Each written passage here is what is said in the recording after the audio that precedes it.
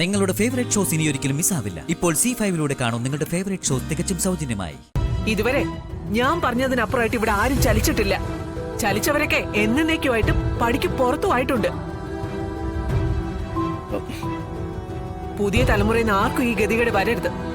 അതിന് ഞാൻ പറഞ്ഞു നന്നാക്കാൻ നോക്കിയത്. ഇവിടെ നോക്കാൻ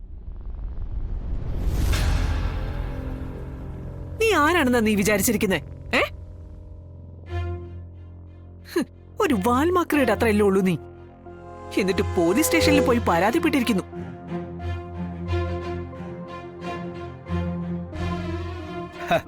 നടന്നു. ഇനിയിപ്പോ അതൊക്കെ പറഞ്ഞിട്ട് എന്താ കാര്യം?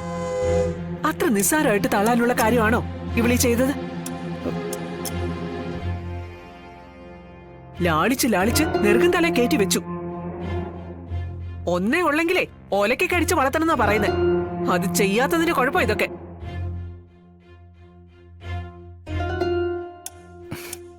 സംഭവിച്ചൊക്കെ മനസ്സിലാക്കാനുള്ള പ്രായമായിട്ടില്ലല്ലോ കൊടുക്ക്.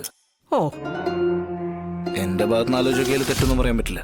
ദേ നീ മിണ്ടരുത്. ആരെങ്കിലും അവളെ കണ്ടുപിടിച്ചു തന്നാ അത്രയും ലാഭമെന്ന് വിചാരിച്ചിരിക്കുമല്ലോ നീ. എനിക്കറിയാം, അച്ഛനും മകനും കൂടെ കൊച്ചിന്റെ മനസ്സിളക്കി വിട്ടു. അത് തന്നെ കാര്യം.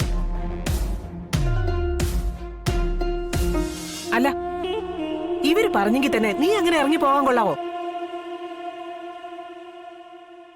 എന്റെ ദേഹമൊക്കെ വിറച്ചു വരിക. സത്യമേ, കഴിഞ്ഞത് കഴിഞ്ഞു. വെറുതെ ഇനി അതാലോചിച്ച് BP കയറ്റാതെ. വെറുതെയോ? ഇനി നിന്നോട് ശ്യാമയോട് എനിക്ക് പറയാനുള്ളത്, എടാ, സ്വന്തം മകൾ എവിടെ പോയെന്നോ എന്തിനു പോയെന്നോ അറിയോ അന്വേഷിക്കോ എന്തെങ്കിലും ചെയ്തോ നിങ്ങൾ രണ്ടാളും? സത്യമേ, ഞങ്ങൾ ആരെങ്കിലും വിചാരിച്ചോ ഇങ്ങനെയൊക്കെ നടക്കുമെന്ന്? വിചാരിക്കണം. ഇനി ഇതിനപ്പുറം പ്രതീക്ഷിക്കണം. ഇന്ന് ഇവള് പോലീസ് സ്റ്റേഷനിലേക്ക് ഇറങ്ങി നാളെ ഇവള് കോടതി കയറാനും മടിക്കില്ല.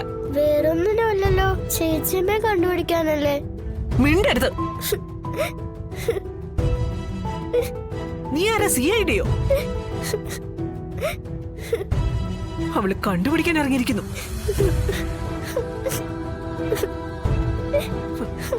അതെങ്ങനെയാ? കണ്ട സിനിമയും കാർട്ടൂണും വീഡിയോ ഗെയിമും ഒക്കെ അല്ലേ സാധാ സമയവും? അതിനകത്തുനിന്ന് ഓരോ മണ്ടത്തരങ്ങൾ കണ്ടുപിടിച്ച് ചെയ്യേണ്ടതെന്താ ചെയ്യേണ്ടാത്തതെന്താ ഒന്നും അറിയാതെയായി. മതിഭാമേ, എത്ര നേരമായത്?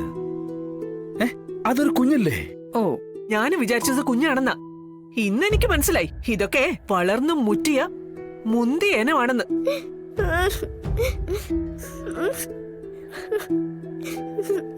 അതെ, നീ കരഞ്ഞു കാണിച്ചാലൊന്നും എന്റെ മനസ്സലിയെന്ന് വിചാരിക്കണ്ട.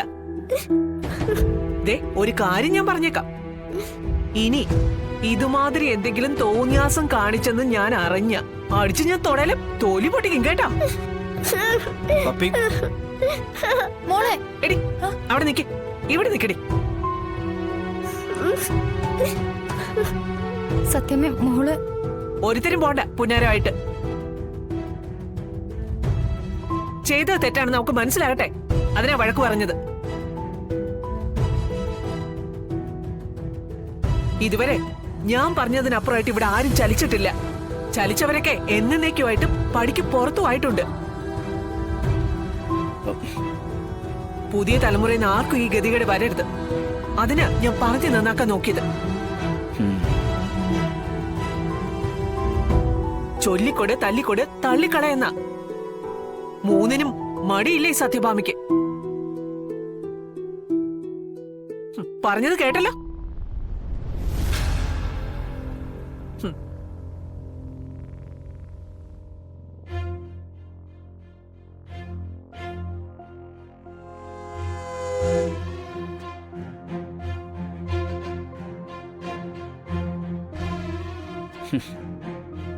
ഇതിപ്പോ ഇത്തിരി പോന്ന കുഞ്ഞിനാണോ ഇവക്കാണോ ബോധം വീഴേണ്ടത്?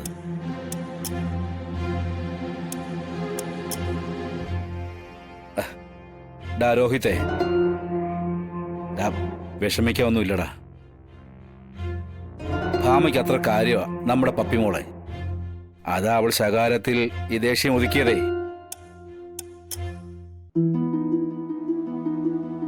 പിന്നെ നിങ്ങൾ മക്കൾക്കറിയാത്തൊന്നും അല്ലല്ലോ അവളുടെ സ്വഭാവം.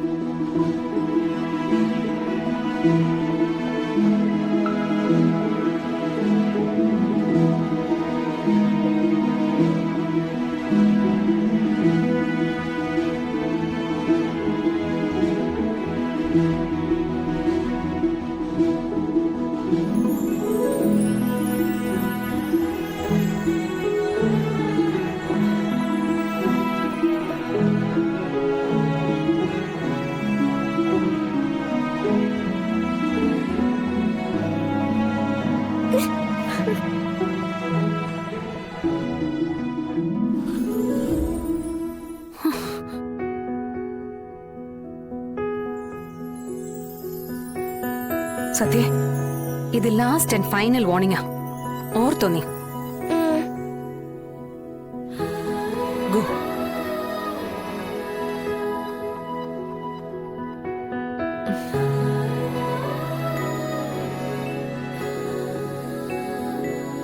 മോളെ, അമ്മയൊന്നും പറയണ്ട. കുട്ടികള് കുട്ടികളായിരുന്നിട്ട് മുതിർന്നാ മതി. നിക്ക്. കുറ്റം അവളുടെയാണോ? പിന്നെ ഞാൻ പറഞ്ഞു അവളോട് പോലീസ് സ്റ്റേഷനിൽ പോവാൻ. നീ പറഞ്ഞില്ല. പക്ഷെ നിന്റെ പ്രവൃത്തികളാ അവളെ പോലീസ് സ്റ്റേഷനിൽ എത്തിച്ചത്. അമ്മ കണ്ണടച്ച് ഇരുട്ടാക്കിയിട്ട് കാര്യമില്ല ശാലിനി. നിനക്കും അറിയാം, എനിക്കും അറിയാം ആ കുഞ്ഞിന്റെ ഭാഗത്തല്ല തെറ്റെന്ന്. സത്യയുടെ മുന്നിൽ വെച്ച് ഞാൻ കാര്യകാരണങ്ങൾ വിസ്തരിച്ചില്ലെന്നേ ഉള്ളൂ. എനിക്ക് മുന്നിൽ വെച്ച് നിനക്ക് നിന്റെ മകളെ വിചാരണ ചെയ്യാം. പക്ഷെ സത്യയ്ക്ക് മുന്നിൽ വെച്ച് എനിക്ക് എന്റെ മോളെ വിചാരണ ചെയ്യാനോ പ്രതികൂട്ടി കയറ്റാനോ കഴിയില്ല. തോറ്റുപോകുന്നത് നീ തന്നെ ആയിരിക്കും മോളെ. പപ്പിയുടെ ചേച്ചിയമ്മ അന്വേഷിച്ചാണല്ലോ സത്യ പോലീസ് സ്റ്റേഷനിൽ പോയതും രേഖാചിത്രം വരപ്പിച്ചതും ഒക്കെ. നിനക്ക് ചോദിക്കാം, പപ്പിയുടെ ചേച്ചിയമ്മ അന്വേഷിച്ചു പോകാൻ സത്യക്ക് എന്താ കാര്യമെന്ന്. മനസാക്ഷി ഉള്ളത് കൊണ്ടാണെന്ന് ഞാൻ പറയും. അതല്ലെങ്കിൽ ശാലിനിയുടെ മകളായതുകൊണ്ട്. സ്വന്തം കുഞ്ഞിനെ ദാനം കൊടുത്ത ത്യാഗനിധിയാണല്ലോ സത്യയുടെ അമ്മ. നിന്നെ പോലെ മനസ്സും ഹൃദയമൊക്കെ ഉള്ളവര് തന്നെയാ മറ്റുള്ളവരും. വിഷ്ണു, സത്യം, പപ്പി എല്ലാരും. അവർക്ക് ശരിയെന്ന് തോന്നുന്നത് പോലെ അവരും പ്രവർത്തിച്ചെന്നിരിക്കും. അത് ചോദ്യം ചെയ്യാനും തിരുത്താനും നിനക്കെന്താടി അവകാശം? മോളെ, തെറ്റ് ചെയ്തത് സത്യോ പപ്പിയോ ഒന്നുമല്ല, പപ്പിയുടെ ചേച്ചിയമ്മ. പപ്പിയുടെ ചേച്ചിയമ്മയ്ക്ക് അവളുടെ വല്യച്ഛന് മുന്നിൽ സത്യങ്ങളെല്ലാം തുറന്നു പറയായിരുന്നു ശാലിനി. ഡൗൺലോഡ് ചെയ്യൂ C5 ആപ്പ്. കാണൂ എല്ലാ എപ്പിസോഡുകളും സൗജന്യമായി.